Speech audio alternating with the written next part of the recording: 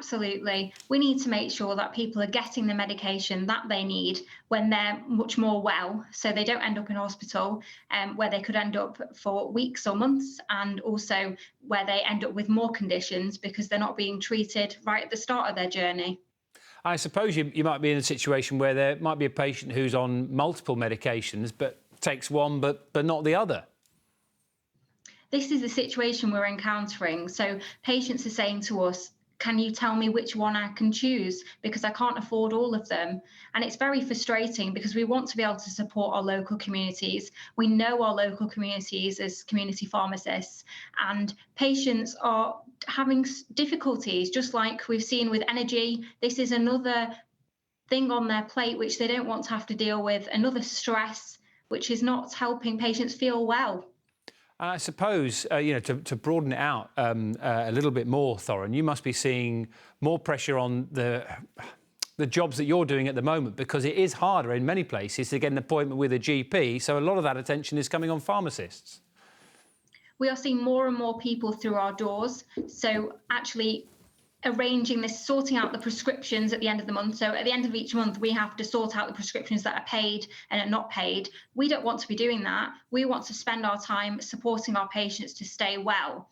The government needs to scrap prescription charges, that £9.35 per item tax on the unwell. It needs to scrap it and think about the long term.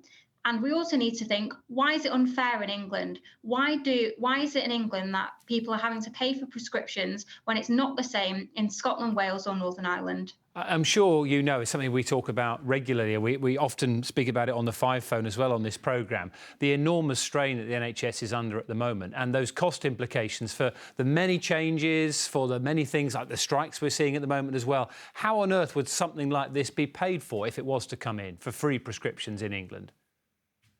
Well, think about the cost of looking after someone in hospital, which could have been prevented. So at the moment, for example, say you're an asthmatic, there's a blue inhaler. And with that blue inhaler, that means that when you have an asthma attack, you can breathe. If you don't have that inhaler with you, that could mean that an ambulance is called. You end up in hospital. It's the cost of the ambulance, the hospital, the time in hospital, when actually it could have been better spent, that money, on supporting you to stay well, so you can carry on doing your day-to-day job, so you can carry on working, so you can pay taxes to the government. So it's about thinking about the long term. I know this is probably practical advice, but what about those people who might be watching this tonight and thinking, they are worried about paying for their prescriptions? What advice can you give them? So I've got 3 top tips for you. Number 1, check with your pharmacy team, check that what you're on is what you need. Obviously, when you're getting your prescription, we do review what you are on when we are processing your prescription. That's why it takes a bit of time. It's a clinical check to check it's suitable. That's number 1. Number 2, look into a prescription prepayment certificate. This is a season ticket for 3 months or 12 months. And for example, if you take over 3 items in a 3-month period, a prescription prepayment certificate for 3 months would save you quite a bit of money. And it may be that a 12-month certificate is even better for you. So look into that. You can access that online to purchase that, and that can be a lump sum or a direct debit. And there is a phone line as well if you're struggling with the internet.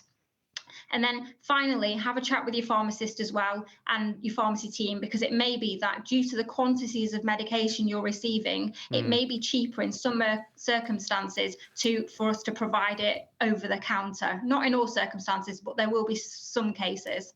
Thorrun, that's really handy advice. I'm sure that'll help some people watching this evening. Thank you very much. That's pharmacist Thorrun Govind joining us live on the programme.